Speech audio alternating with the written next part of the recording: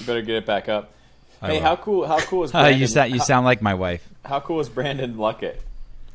Very cool. Very cool. nice, really nice guy. Yeah, Brandon Luckett's too cool. He can never be on the podcast again. He's never thrown a rock at a moving car. He's never shit in a bag and lit it on fire on someone's porch. He hasn't done anything fun. He's too good of a guy to be on this podcast ever again. We are live, guys. And we are live. Hey, Ryan, can you send us a link to the YouTube page, and that way we can kind of look at the comments, even though I'm going to try not to for this show.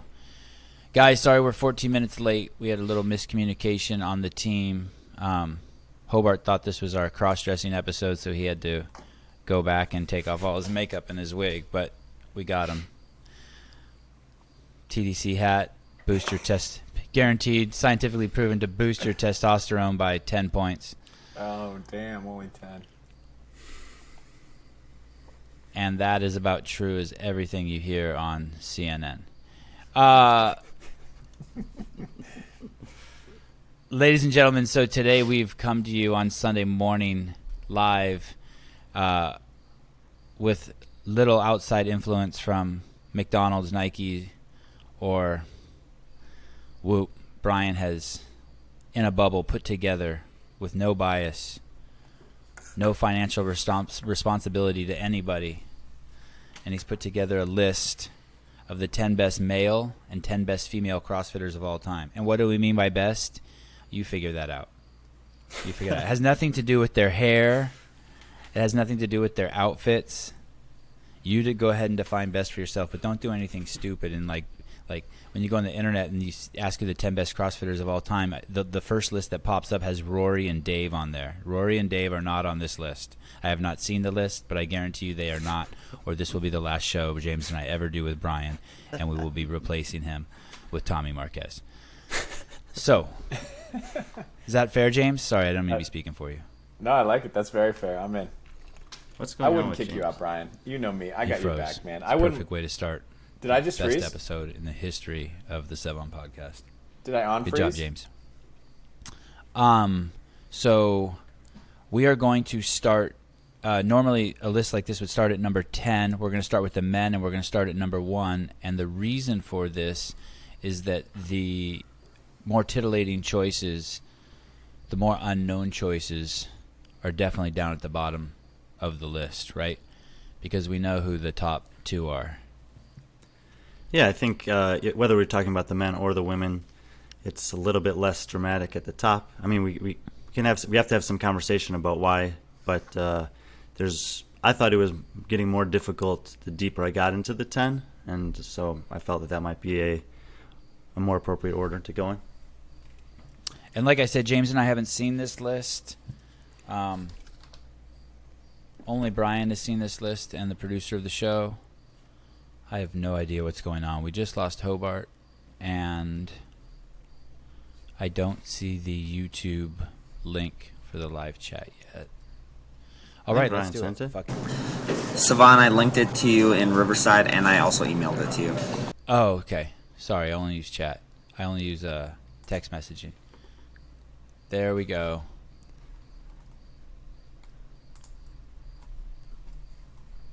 Okay. Let's do this. We have one person watching. This is awesome. Hold on. Okay, Brian, go ahead. Are we going to wait for James? I think we have to wait Can for you guys James, hear me? because I know he wants to ask Jesus. some questions before we start. Hey, can you guys hear me? Hobart, where are you? And the questions that he wants to ask are relevant. They're definitely relevant in order to understand what we're doing. I don't think Ryan is on his normal computer today, because normally he would have texted us that link. So what I am guessing is that James, we cannot hear you, nor can we see you. It's a good idea.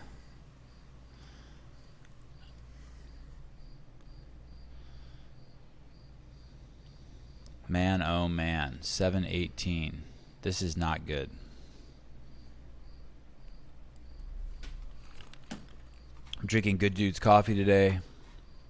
I'm wearing my G-Eazy shirt that has no logo on the front and only a logo on the back. And there is Hobart. Hobart, can you hear us? Yes, 100%. Okay, here we go, James. I'm ready. Are you familiar with the sport of CrossFit? I'm ready. Brian, you actually made the top 35, right? But today we're just going to review the top 10. Yeah, I think we'll talk about the top 10. Maybe we'll do an honorary mention for a couple guys at the end that were like the next 5. But yeah, let's start. I just have one question before we start. Did James Hobart make the top 35? Oh, well, that's a good question because it helps to identify what exactly we're looking at here. So no, James Hobart did not make the top 35. And one of the reasons is because I'm not considering anything that any of these athletes did in the team or masters realm of their competitive career. So Okay, so it's I'm an only incomplete. What you're saying is you have an incomplete methodology for testing the greatest CrossFitters of all time. I don't know. I'm gonna unfortunately come to Brian's defense here. I don't think if you're on a team, that just shows that you really shouldn't be in the running anyway. But how many times did James show up to the games as an individual? I think 3. 3. Yeah. And did he ever finish in the top 10? No. All right. So it's not. I mean, you'll see when we start, and even as you go down the list towards 30, like there's these guys have some pretty good resumes. So it's definitely not a knock on James for that. He chose to have half of his competitive career as part of a team, and for this criteria, I'm not considering that. I mean, and that goes for some of these guys also have some team experience, and I'm not considering it when making this list. So Okay. Sevan once told me that team is where all washed up CrossFit individuals go. Fair. Just want to put that out there for everyone on team. Well, how I would have to say that there are a couple athletes who have had. Wait a second, Ryan. It says that on YouTube that this is unlisted, and maybe that's why we only have 2 people watching. Could that be what's going on? Yes. Yeah, maybe that needs to be public, and then we make it unlisted when we're. It's public. I just changed it. It's weird. It's public. It's public now. Oh, okay. It takes a. Okay, great.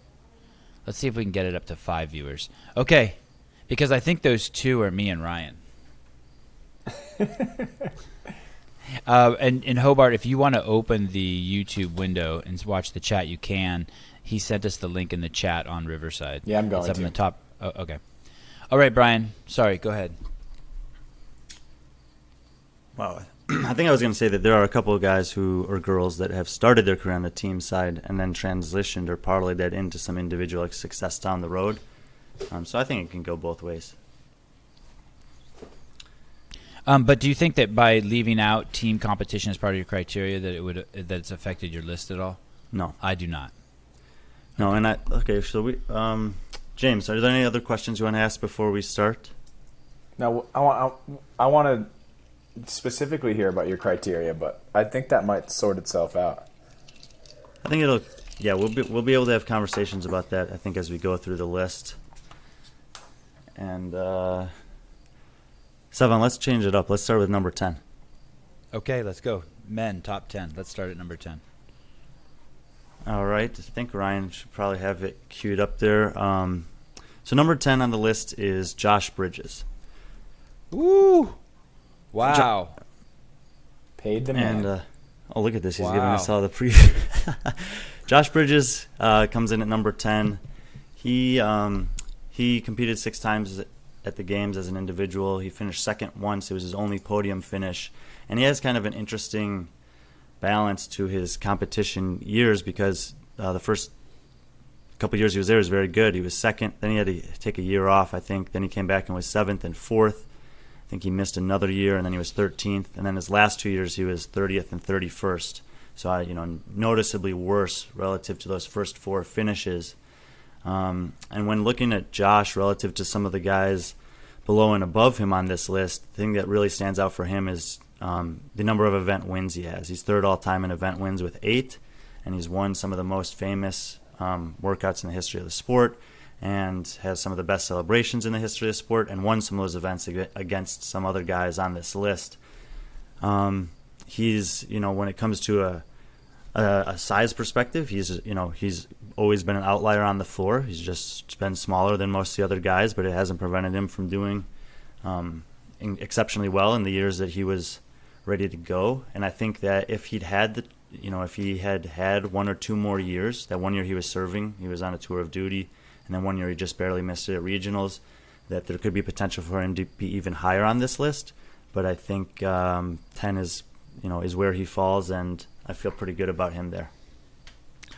2 things on that. Maybe being bigger would make him better, but the irony of him serving is if he would have never served, he probably would have never become a CrossFit athlete, because he used CrossFit in 2005 as a way to train specifically to become a Navy SEAL.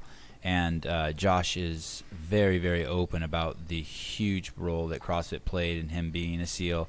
And I think Dave has said that when Dave Castro was Josh's BUDS instructor, and said Josh showed up there fitter than anyone else, which is a testament to the training and Josh's hard work. I'm so happy to see Josh on this list. You don't even know, for the most biased reasons ever. I love Josh, and if there were one figurine that someone should make of a CrossFit athlete, it should be Josh Bridges, and I would purchase that. I just like that you included celebrations into your factor. Well, I mean, he's very well known for those, and I think it is notable that he's won that many events at the games. Sevan and I were talking the other day that it's difficult to win one event at the games. I mean, Mikko Salo has 1 career event win at the CrossFit Games, for example. Josh has 8, and like I said, only 2 people have more than him. Obviously, it's Rich and Matt, so pretty impressive. Holy shit! Wow, that's amazing. But but the number that they've won jumps drastically, right? We'll get to them later on. Yeah. Brian, just out of curiosity, do you know who has the 4th most amount of wins at the CrossFit Games below Josh? And if so, are they in the top 10 list?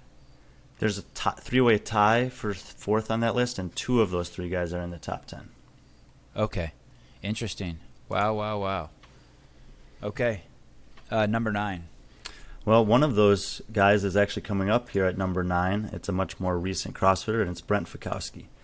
And Brent's an interesting case study here, and really, James, this is where we can start to talk about what some of the criteria is. In assessing and compiling this list, I think the most challenging thing was the fact that the last 2 years, 2019 and 2020 years, were so different from everything that we'd known before. And so we can just look at Brent's performances at the games. He first made the games in 2016. He was 4th. The next year he was 2nd. The next year he was 4th. Then we had the huge overhaul of the system and the way that people were able to qualify and what actually happened when you were at the games in terms of scoring and cuts. And then the next year was COVID and the online version of the games. And in those 2 years, he did make it both years. He ends up finishing 23rd and 15th.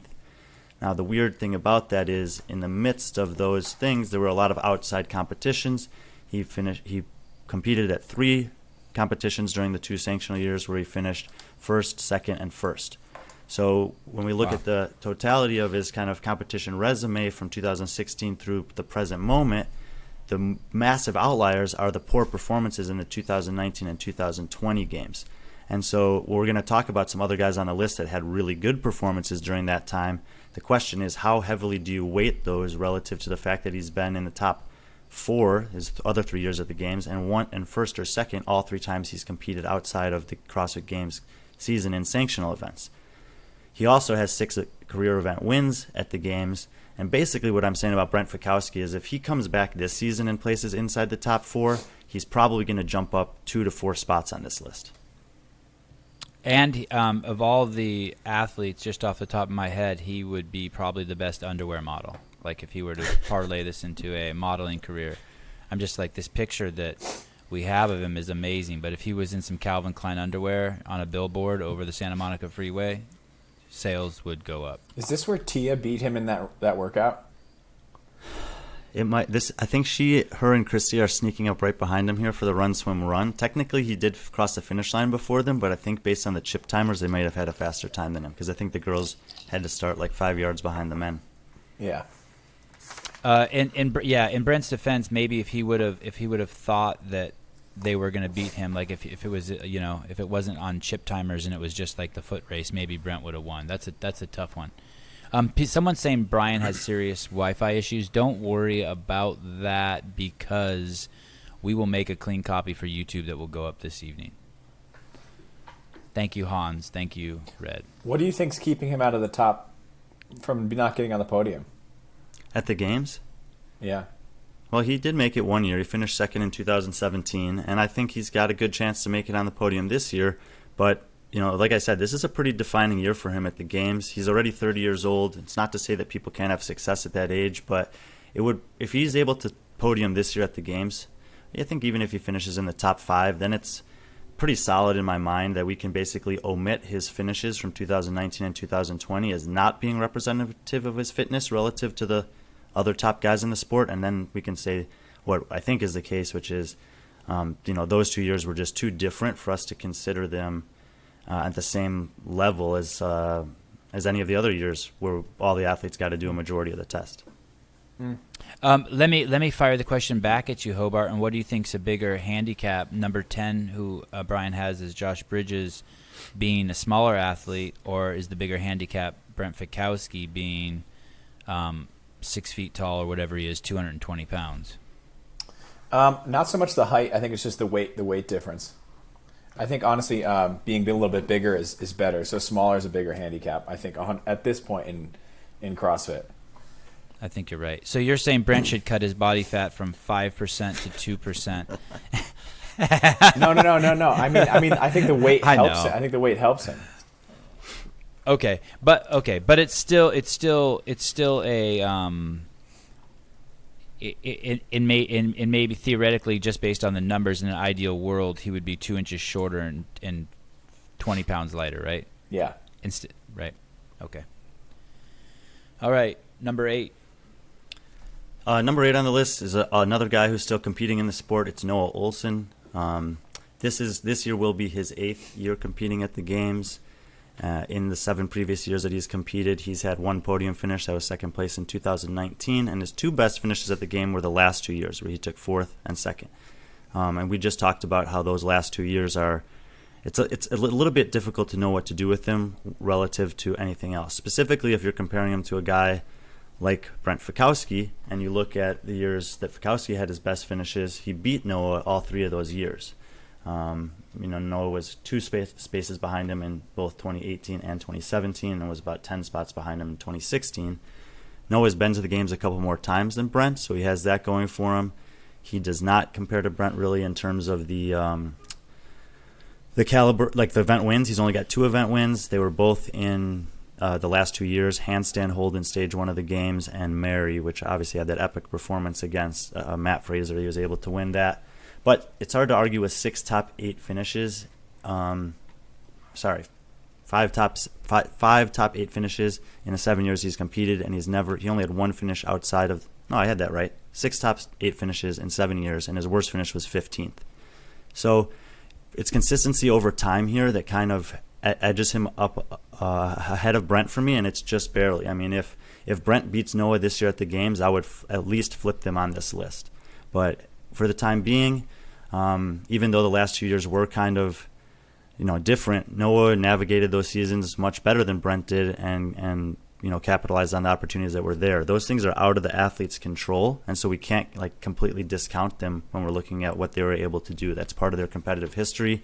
Noah was great each of the last 2 years, and so he comes in at 8, right above Brent. But I think for both of them, this year is really big in terms of how that might settle out going forward. When you say he's been in 8 games, has he been in? Does that include this year? Yeah, 8 is including this year. And so of the 7 previous years, he's been inside the top 8 6 of those 7 times. And is this the 15th year of the CrossFit Games? Yeah. It's remarkable to think that Noah Olsen has been in more than half the games in the history of the CrossFit Games. That's pretty freaking impressive. It is. Yeah, and he's had a really cool growth in his career. I don't know. I think Noah's I like Noah's career a lot, and I know that's not a criteria, but I think 8th is a good start for him.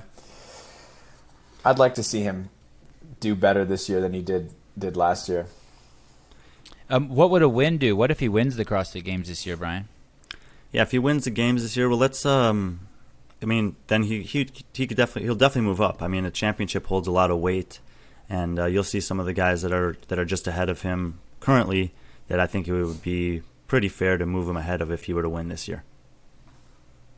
I like it how we can see Ryan's browser. I wish there was like one of the tabs said Pornhub or something, like he accidentally left something on or. Okay.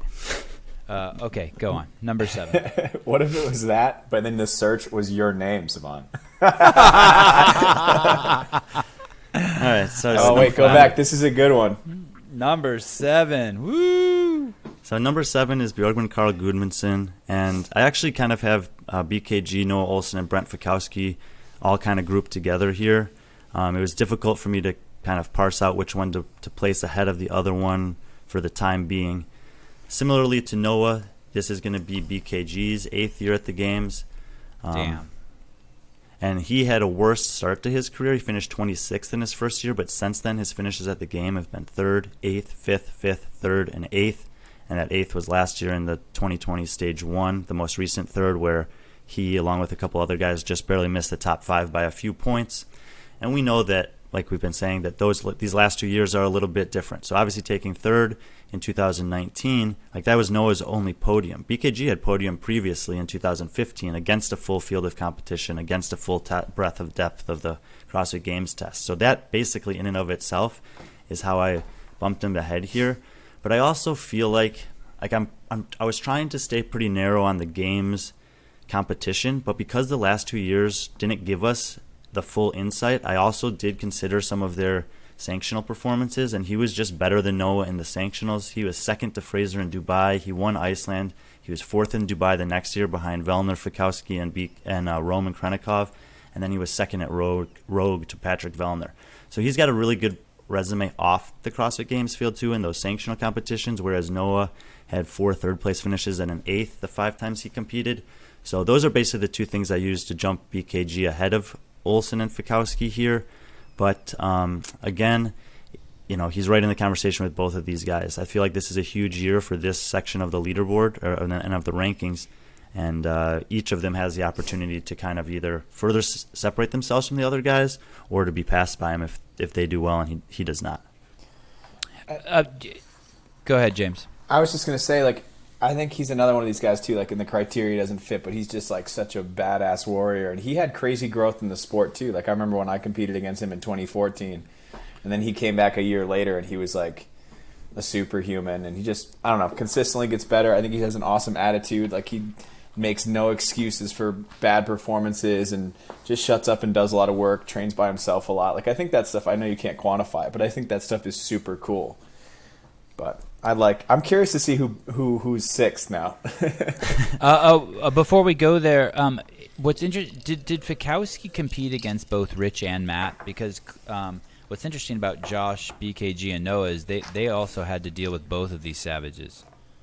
Correct. Yeah. No, Fakowski didn't make the games until 2016. He actually missed it by I think 1 spot, 2 consecutive years from the regionals prior to that.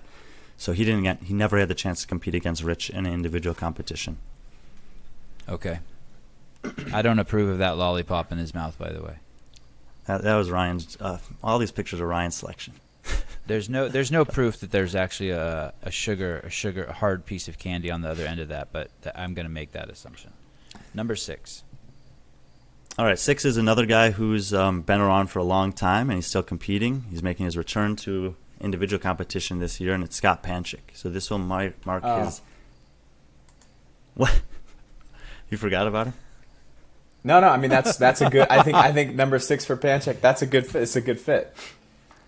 Yeah. So Scott's got he's one of the most interesting guys to talk about in CrossFit. He's the only person inside the top 10 that has never finished on the podium at the games, but he has 3 4th-place finishes, a 5th, and 3 6th-place finishes, and his worst finish in 8 appearances is 11th.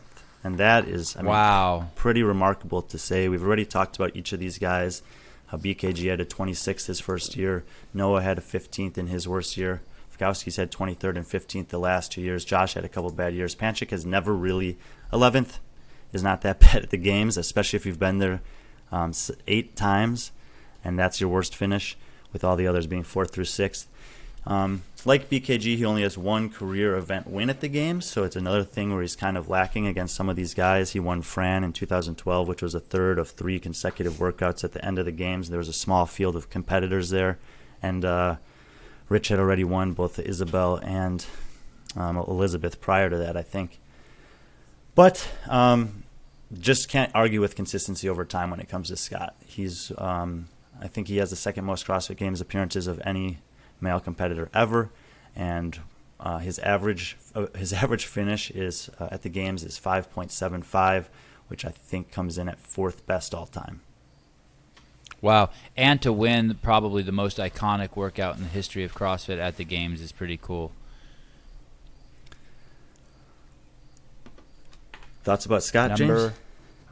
No, I super soft. I mean, I don't like it's hard, right? Because Panchak is that guy, like you said, 5.7 average at the games, and it's like he's just solid and awesome. I don't have anything super insightful to say. He just shows up and does work.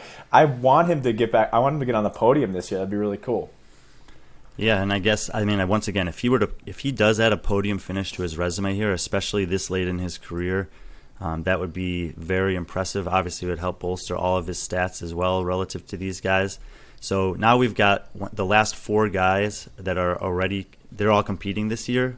And I think that because we're coming off those 2 kind of weird years and we're hopefully getting back to a more traditional one, this is a critical year for all of these guys in terms of cementing their legacy. And I think he's the first guy on the list who owns a gym, right? He number 6, BKG, Noah, Brent, and Josh do not own an affiliate, and I think Scott does. There we go. But a real quick question. This is a little off subject here, but did Austin Malleolo make the top 35?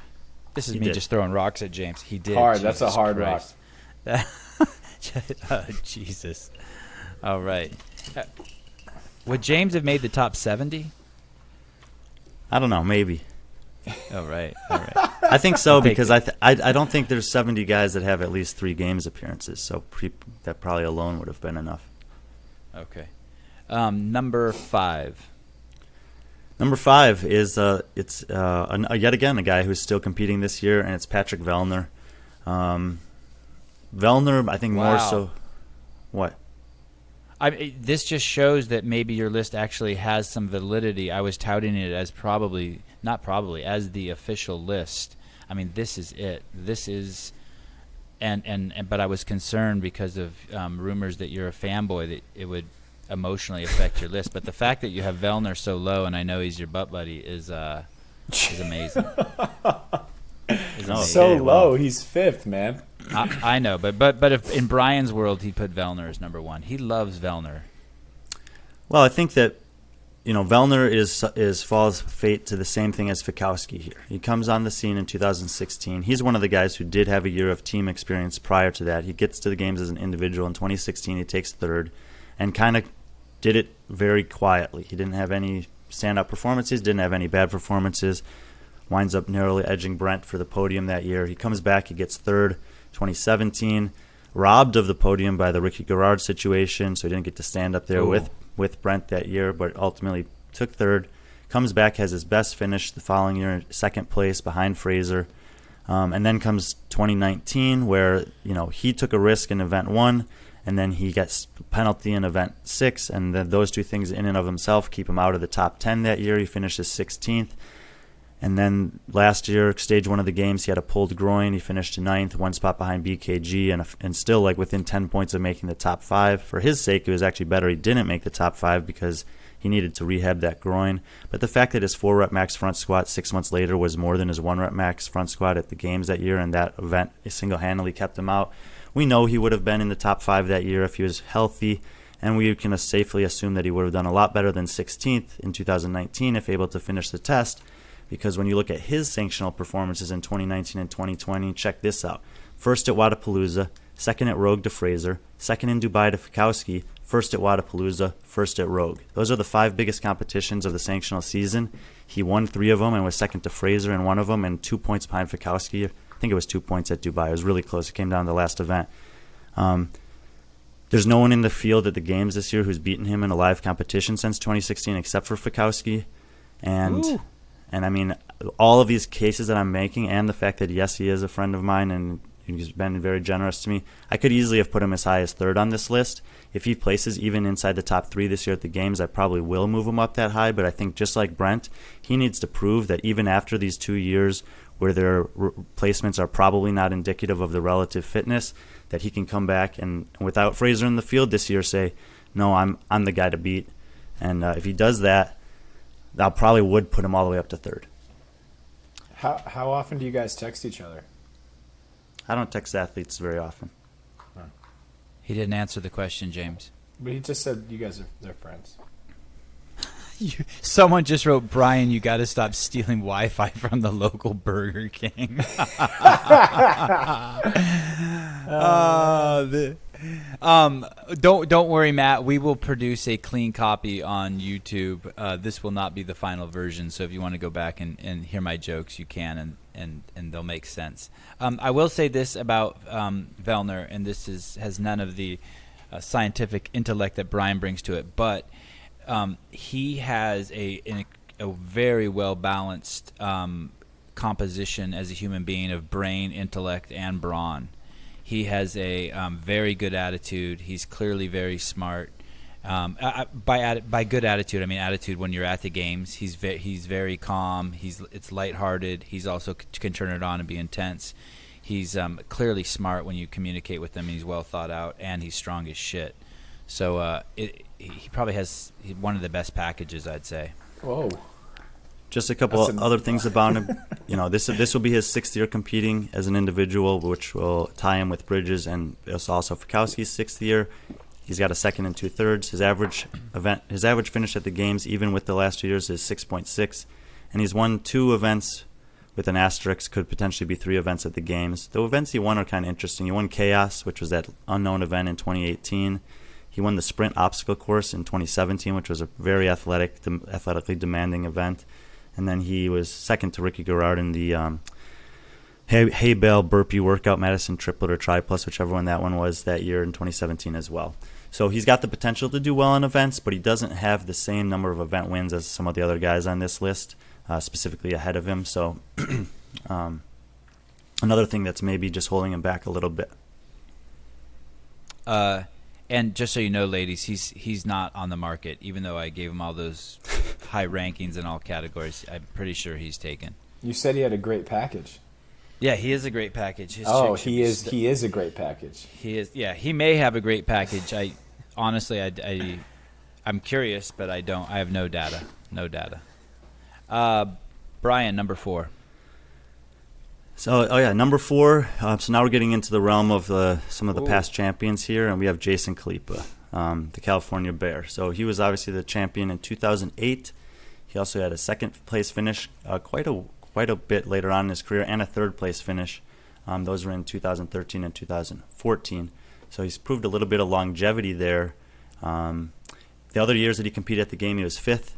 At the games, he was 5th, 16th, 7th, and 5th. So he has 6 places inside the top 7, 5 inside the top 5, 3 on the podium, with a kind of an outlier of a 16th place in his worst season. He's one of the guys that comes in tied for 4th in the all-time events wins at the games with 6. That's tying him with Brent Fakowski and Chris Spieler. Chris Spieler is the only guy up there that is not inside the top 10 on my overall rankings. And Jason's one of those guys that he transformed himself as his career went on and made himself relevant in some of the longer endurance events, despite being a pretty big guy in the field. He, in some capacities, he's a dominant force, but in other ways, he was just this guy that was always there. He was always in the mix on events and in the competition, and he stayed strong throughout the course of the weekend, usually moving up a little bit as the weekend wore on. I think when people think back to 2014, they always think, oh, that was Matt's first year, that was Rich's last year, and you just don't realize that Kalipa was right there against a really good field, finishing 3rd. I mean, he beat that year Bridges, Panchak, Hackenbrook, Ben Smith, Noah Olsen were the next 5 guys, and he was ahead of all of them. So Jason Kalipa, to me, is still a legend of the sport. He still deserves a spot up here in the top 5, and he just happens to come in at 4th. He's been to the game 7 times, 3 times on the podium, and nothing worse than 16th. I'd also like to say, maybe you said this and I wasn't listening, but is he the only guy as a rookie outside of the first year of the CrossFit Games to come in as a rookie and win the CrossFit Games? It happened the first 3 years for the men. So Mckay also did it. Okay. I know who number 3 is. I'd love to take a guess before you reveal it. Do you have a guess, Hobart? I don't think Kalipa beats out Velner, but I like Jason. What his involvement was in the sport. But number 3, I don't know. Ben Why don't Smith. you think? Yeah, I'm thinking Ben Smith too. Wait, why do you? I think Kalipa beats out Velner. I think Velner is. I mean, Kalipa has a lot of years in there, a lot of time to build data points. He does have a lot of time to build data points and a lot of years in there. I think high performance in the games now is way more relevant than in past years, just because of the depth of the field. And I don't want to like you said, Brian. I don't want to discredit Jason because he did massive things for the sport itself and his longevity and his consistency. So, but I don't know. I think. No, I mean, look, I'm very Does much. that change your criteria, Brian? Like whether you won in 2009 or whether you won in 2020? Definitely, yeah. I mean, I don't think we've talked about it yet, but I do consider the years in which if you only had 4 years of competition, they were 2009 to 2013, and they were the exact same performances as 2014 to 2018. I'd take the 2014 to 2018. Just because I think the field's continuing to get stronger and deeper. I have every confidence that that after this season, that at least Velner will jump Kalipa on this list for me. I just feel like he needs to prove to me that the last 2 years were in fact a fluke. And that if he does that this year, then I can say with certainty that his fitness never went anywhere, the formats and circumstances changed, but he is that guy. And like I said, I think there's a very high likelihood Velner rises all the way to number 3 on this list after this season. Okay. I'm going to do it, Sevan. Brian, I agree with you on that one. Woo! There we go. And most notably from just being on the ground there with Kalipa was the fact of, I think you mentioned, what he did in the endurance events. The fact that he was able to not just be the big strong guy out there, but to win endurance events and to really put the pressure on. And someone called him, I don't know who did, but the California Bear. I mean, man, at that row that year, he was something else. And what was the event where he peed himself after the event? It had a run in it. It was the one that I think even Rich walked in. What event was that? It was Triple in Madison. threes. Yeah, I mean, Kalipa was so impressive. That was Carson. That wasn't Carson. What did I say? Yeah, Carson. Madison. Yeah, you're right. And Sorry, he definitely has the best arms in the history of the CrossFit Games. Nobody beats him on that shit. James Hobart's CrossFit bodies list, he wins arms. Triceps, biceps, shoulders, the whole thing. His arm is bigger than you, Sevan. It is. That is true. You know what I think was one of the most impressive individual events Jason ever competed in was Naughty Nancy, where he took 3rd place behind Bridges, who just annihilated that, and Froning. And really, it was a great event because that was a pretty demanding weight for the overhead squats, but it was also a long run. And Jason hung right up there with Rich ahead of everyone else in the field, and that's a good testament to what you were talking about, Sevan. Number 3. Yeah, so number 3, 2, and 1, or 3 at least here is probably pretty obvious. It's Ben Smith. Ben Smith is the only guy with more CrossFit Games appearances than Scott Panchak. He's been to the games 11 times. He was invited one year, but he qualified the first 10 times he made it.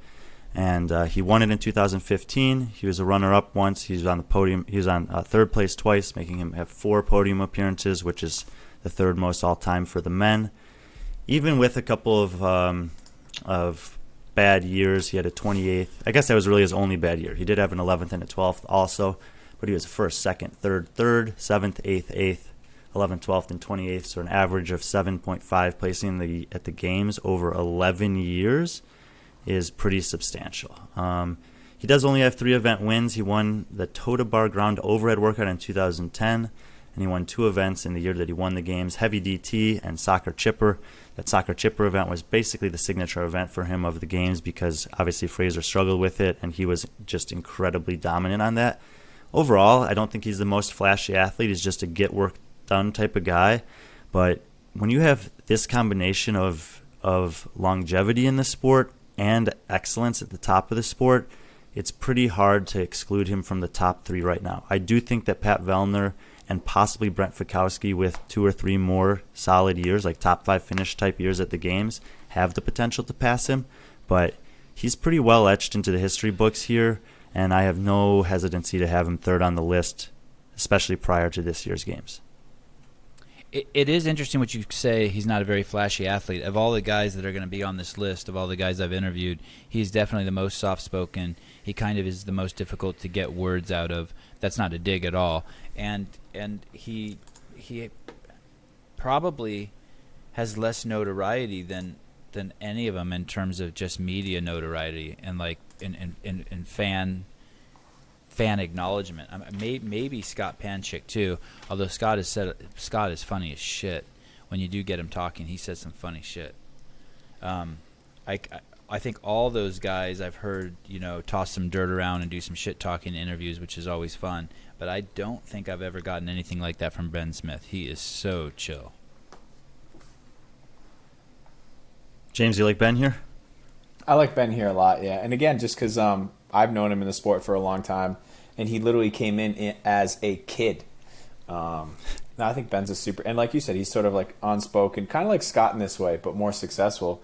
Just his ability to do work, show up. It's true, more successful. He's got that championship medal, man. Yeah. No dig against Scott, but I don't know. I like that about him.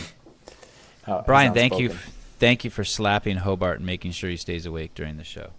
Number 2. I was seeing how many Instagram followers he had. Oh, that is, and how is he? How many does he have? What did you I think see? it was a little over like 455,000. It was just interesting. Yeah, I wonder if that's more than not Scott. one of the criteria I factored into the rankings. How many does Scott have? Can you see that easily, Hobart? I could just check. I remember BKG was like 177, and then like Noah and Fakowski have like 750. Wow. But, hold on, 323 for Scott Panchak. Interesting. Yeah. Interesting. And Ben was one of the early guys to get really, really strong too, right? Right in front of that refrigerator. He got really strong with the wasn't back squatting his thing? He back squatted 500. I think he was one of the early guys to snatch 300. Right? Yeah, both him and Scott Panchak are just. I mean, when I think about these guys, as good as they are at everything, the thing that stands out to me most is their proficiency at Olympic lifting. They just have phenomenal technique, even under heavy loads, and I think it's one of the reasons that they've been able to be so good for so long. By that you mean injury-free because of their technique, Brian? Yeah, they lift a lot of weight. They do it regularly, but they don't do it unsafely. I don't think they ever push it beyond what they need to, or circumstances where they need to. Like in training, I think they train percentages with high quality of excellence. It's the only way I can explain how they can continue to show up for 10 years at these competitions and be in the upper echelons on every weightlifting test. Number 2, Ricky Garrard.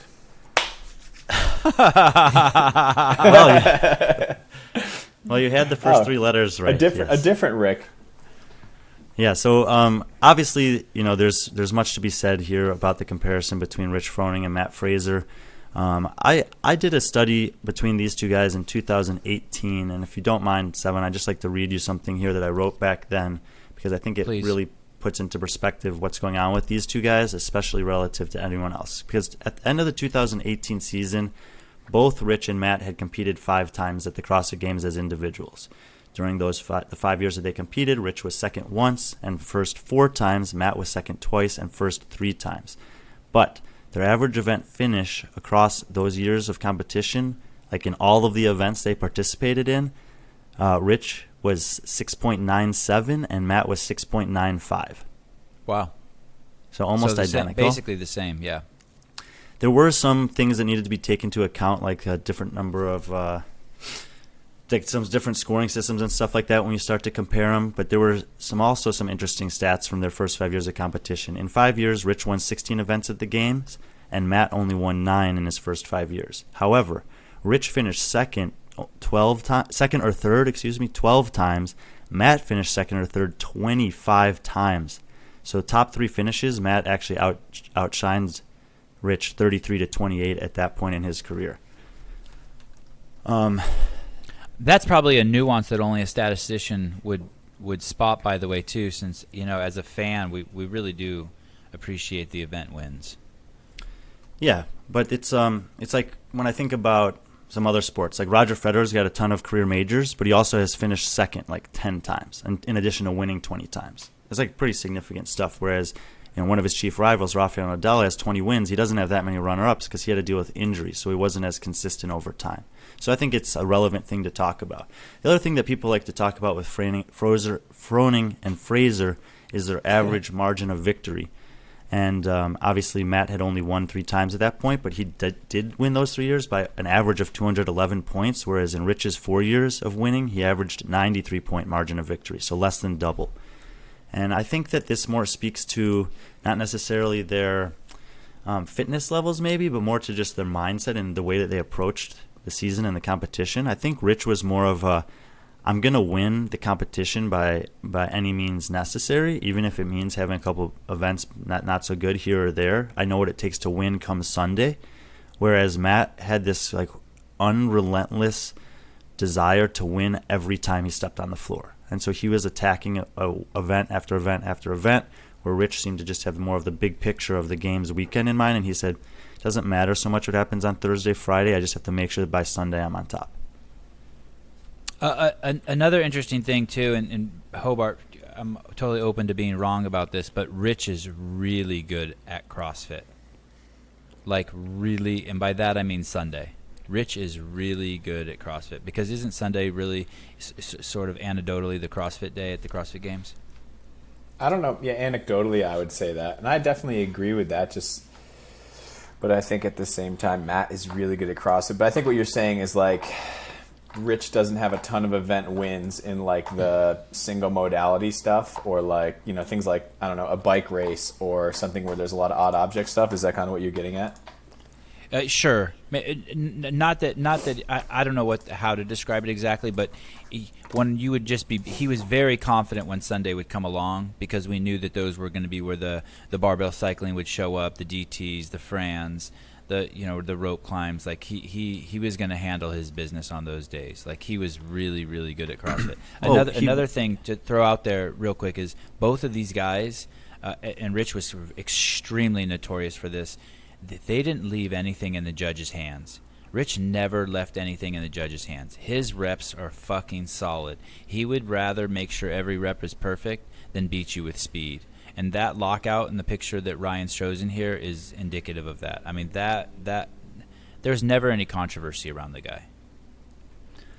No, completely agree with that. And what you're saying is completely true. In 2014, he won all the events on Sunday. In 2013, he won all the events on Sunday. In 2012, he went 2 for 3 in the 3-part final, only losing the final event Fran to Scott Panchak and a couple other guys. But by that point, he'd locked up the win. He won the final event in 2011. I mean, it's just incredible. And we've that's one of the things that's kind of disappointing about the last 2 years, is when you look at all the previous years and you see that the guys that have done the best, like the podium finishers from 2010 through 2018, are guys that were getting stronger as the weekend went on, whereas their opponents were getting weaker as the weekend went on. And in 2019, we never got the chance to see that play out, because a majority of the guys who were notorious or famous for making charges in the back half of the competition were eliminated before they had the chance to do that. And we could say that it's their fault for not navigating the season that way, the way that it was meant to be navigated. But when we talk about the CrossFit Games historically and from what it has always been, there is this, ever since 2009 really, when Dave really upped the ante in terms of the quantity of events and duration of the time and difficulty of the test, that's one of the factors. And it's like, you can say, oh yeah, I finished this event here, this event there, but it's like, no, how well did you manage the totality of the test? And that is relevant at the CrossFit Games, and I think it should be. And Rich is amongst the arguably the best at that. Another note about Chris, and you guys tell me if this is right, is he never had a coach. Rich, you mean? Yeah. What did I say? Who did I say? Chris. Oh. Who's Chris? Yeah, I don't know. Chris Froning. That was his coach. Rich never had a coach, did he? I think he always just brought Darren as his coach. Yeah. Yeah. Darren's the winningest CrossFit coach in the history of CrossFit. If there was a CrossFit coaches top 10, he would be on the top of it, I think. I mean, maybe he had a boyfriend or a confidant, with him, in an amazing support team. But Rich pretty much did all of his own programming. I think except for all like the like specialty stuff running. Rich, I think, once told me that Rich Froning coaches Rich Froning, but I don't want to quote him on that. I might have dreamt it. And so what does that mean? I'm not suggesting that having a coach or not having a coach is good. What I'm suggesting is that he's honest with himself about his weaknesses, and so he worked on them. I think that's one of the, from my layman's eye, one of the definitive components of having a coach or not having a coach is just being able to be honest with yourself. Do the stuff that Matt Fraser, Mikko Salo, Rich Froning did. If they thought they were weak at something, they would lock themselves in a closet. I mean, Matt has that famous story where he sucked at running, so he joined the high school track team and let the high schoolers beat him up until they couldn't. So, I mean, it's a winning mentality at all costs, winning over I don't know what it's over, but it seems to be the a definitive characteristic. Let's transition to Fraser on that point then, because obviously he comes in at number 1 on this list, and all the stats that I was giving before were only talking about his first 5 years of individual competition, because Rich only competed for 5 years, and when I made that analysis, I included at the very end, Matt's career is not over yet, and he's probably going to continue to build on that legacy, which he obviously did in 2019 and 2020. And as many times as we've said that those years were outliers, the thing that didn't change, no matter what the circumstances were, was who was the fittest. And Matt still rose to the top, and he overcame a variety of different challenges that weren't all necessarily fitness related to do that. He ends up retiring this season. Currently now he has 29, arguably 30 event wins at the CrossFit Games total. Now 14 of those come from the 2020 CrossFit Games alone. And you say, okay, well, that's kind of weird that you'd have half your event wins come from one season. So why is that? Twofold. One, the second stage of the games, there was only 5 people competing. So if usually you have to beat 39 guys to get an event win, you only had to beat 4. So it's kind of weird to consider those on the same caliber of event wins as Rich's 16.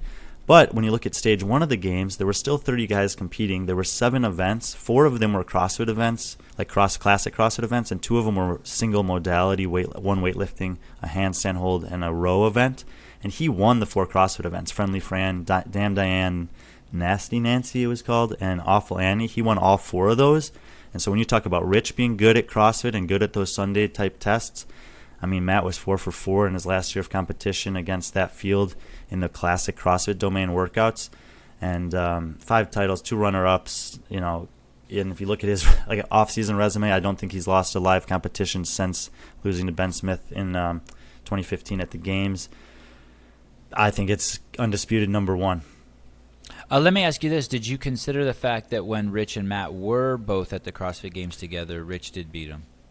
Yeah, I mean, obviously that's the case, but Rich also didn't win in his first season, and if you're talking about a guy breaking into the scene, going up against the current best of all time, beating Kalipa to finish 3rd, beating all those other guys I listed that were just behind Kalipa that year, that's a pretty impressive start to his career. I think if anything, the bigger question is how come he wasn't able to beat Ben Smith in 2015? But, that's just a testament to how difficult it is to win. And he has admitted that his off-season wasn't as dialed in as it could have been that year, that he wasn't making the best diet choices, lifestyle choices. And he made a commitment after that to put all of that aside. He wrote about it in Matt Fraser or Why I'm Retiring article that Morning Chalk Up published last January. And he talks about these crazy sacrifices that he made and really minute decisions he made to make sure that he was giving himself every single opportunity to win, and that's what he relentlessly did. Let me ask you this as a hypothetical, and you don't have to answer this obviously, but what if Rich would have beat Graham that year? What if Rich would have climbed the rope and beat Graham? Would you put him at number 1? Probably still not at this point. After 5 years, yeah, maybe. But I think that whether it really matters or not, that Rich and Matt seem to have this different mentality they talked about going into the games. I mean, Matt has less career finishes in the bottom 10, less career finishes in the bottom 20, more career finishes in the top 10, more career finishes in the top 3. Like, he's just been better across the board relative to the fields. And like James talked about earlier, the fields are deeper and more competitive, and it's more difficult to get there to begin with now than it was in 2010, 11, 12. Just a quick digression. Michael, just so you know, we will be putting a clean audio version of this on YouTube. We're really sorry that Brian's audio is breaking up, because he is actually plugged into the router now. We did a speed check before. Everything was fast and fine. We have no idea what's going on, so we apologize. But this will be fixed on the final output, which should be up later tonight. Are you okay, Hobart? I know that with the Fraser Froning 1-1-2. What is your? Are you struggling with that? I'm torn up over here, man.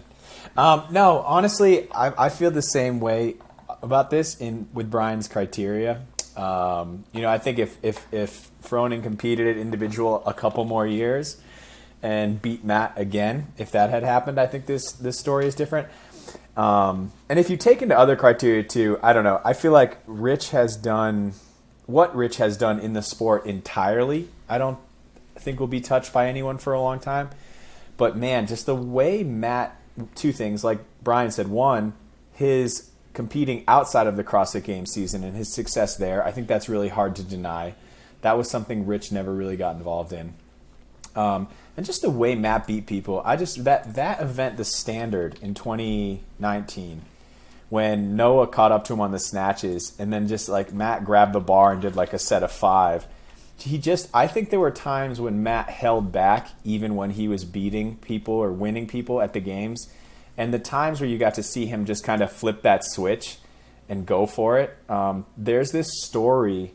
One of the judges who's on seminar staff was judging Matt during the parallel handstand push-up, kettlebell overhead walking lunge finale. That was the Fibonacci final, and that was, 2018? Brian? The Fibonacci finale was, I think it was 2017, because then Fibonacci came back in 2018. The one with it finished with the kettlebell overhead walking lunges, and it had parallel handstand push-ups in it. And I think, Matt was sort of like hanging on and a little bit in the lead or like neck to neck with everybody. And he looked down at the judge and say, hey, should I turn it on now? And then just finish the thing unbroken. I think there was even levels of his fitness that we didn't really get to see in competition. The online events in 2019 that he demolished, I think, were extraordinary. 20.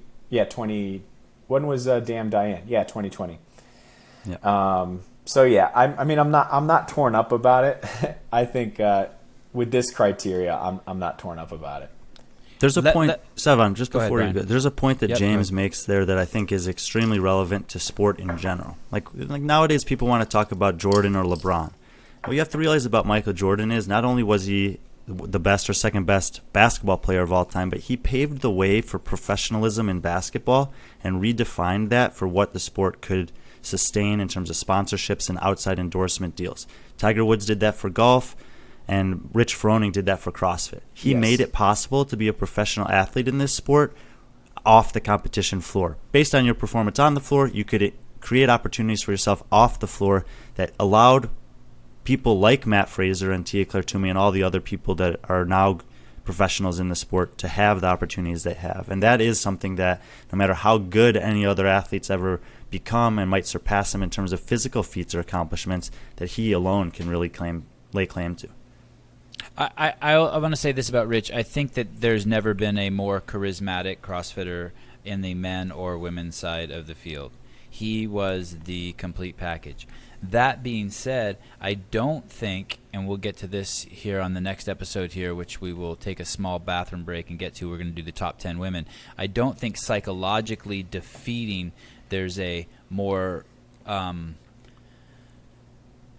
potent athlete, basically, that gets in the head of their athletes than Tia Claire Toomey. I think that and I could be wrong, but that's just my opinion on it. That being said, Matt also had that more so than Rich. I think that people thought that they could beat Rich, however small that is. I don't think people thought that they could beat Matt. He when he was out on the field of play, I think it was bad for everyone's head. The same way, and I think it's even worse for the females when they see Tia. I just think it's a psychological head fuck. Do you have thoughts on that, Hobart? No, I do agree with that. And I think that just had to do with how, when Matt started winning, the margin that he was beating people at. And like, you know, people remember that trail run when they went back to the ranch and then like Matt smashed everybody at it. And there were kind of these upsets that Matt put out where you were like, oh, you know, this is that weird one-off event where people will beat Matt, and then they just didn't. And it did seem like hopeless. But yeah, I agree with Brian as far as like what Rich did in the sport for upcoming athletes. But as far as Matt's competitive dominance, I do think it's hard to touch. And the only person I think who comes close and will surpass it if she stays on is, I think, Tia can, you know, if there was an all-time list in terms of competitive dominance, I think she could sit on top of that. And I'd like to see that. But right now I still think it's Matt. Yeah, I'd like to see that too. So I guess to clarify what I'm saying, in the order of who was I think that there were some very few, but some people who went out there who thought they could beat Rich. Like I think like Khalipa thought he could beat him, and then I think that there were some people who thought that maybe there's a chance in hell they could beat Matt. But I don't think anyone walks out onto the field and thinks they can beat Tia. I think she is in everyone's fucking headspace, and it's. I don't envy the women, that's for sure. Sevan, you want to really just quickly see the 5 guys that just barely missed the cut? Yeah, before you show us that, how hard was it choosing between 10 and 11? 10 and 11 was tough, especially when you see who it is. But at the end of the day, we can show 11, Ryan. 11 was Dan Bailey, and I had to put Josh ahead of him because Dan never beat him at the games. But Dan's resume was pretty good, 5 for 5 in top 10 finishes in the 5 years he competed there, but he didn't make the podium, and he never beat the guy that was in 10th, so I had to leave him off. And then right behind him, we had a couple of legends in the sport. Graham Holdenberg, the 2010 champion, comes in at 12th. Matt Chan comes in at 13. Miko Salo I had at 14. Ooh, that's going to make some people happy. There you go, Brian. And then Cole Sager, 15. Cole Sager is actually set to compete in his 8th CrossFit Games this year as well. So he certainly still has some potential to climb in these rankings. But those are the 5 guys that just barely missed. If Cole, let's say Cole wins the games this year, would he break into your top 10? I was showing all of them. Oh, this is great, actually. Yeah, if Cole wins the games, I think Travis Mayer, number 22. I love it. Oh my God, look at that! And Maliolo showed up. Look at that. You just saw Hobart, little steam come off of Hobart. Deadlifting. He had a way better individual career than me, though. Yeah, we'll just leave it at that. Wow, Logan. I don't even know who Logan Collins is, and he made the list. That's amazing. Josh Everett, 27. I'm loving this. Yeah, we'll just scroll through to 35 here, and I Oh, Jeremy Thiel, 29. That's so good. There's some old school guys on here. Yeah, Chad Mckay so low. Let me go back to Chad Mckay real quick, number 31. There was a year where he was winning. He was in first place, and he injured himself. And, man, he looked dominant that year. Was that the Burden Run year? I can't remember, but I thought he was going to win the games that year before his injury. Yeah. He was crushing it. No, these guys are all good. That's what I'm saying. Like, even when you get down into the 30s, there's some impressive resumes here. The Manimal, holy cow. You're telling me that Pat Barber made your list and not James Hobart? That's not a dig at Pat, but come on, man. I don't know. Pat had a pretty good individual career. He had 2 top 10 finishes. Yeah. All right. The original champ, 33. OPT. You'll like this next one. Yeah. Yeah. My boy Lucas Parker. And then only went down to 35. I stopped there. Stonehenge. Yeah. He's awesome. He's a legend. Yep, for sure. And it's good. It's cool to look at that because you can see, like, obviously there's a ton of incredibly talented and fit guys on that list, and it just gives a little bit more credence and merit to the guys that did end up making the top 10, I think. Ben Stoneberg, probably fewer Instagram followers than anyone who ever graced the field at the CrossFit Games, and yet he's still in the top 35. I love it. All right, guys, thanks for tuning in. We're going to take a small pee break, and we will come back shortly with the top 10 women. of all time in the history of CrossFit. And like I said, please excuse us with Brian's audio. When we put up the final rendition of this, the audio will be clean. And on that note, Ryan, can we take a small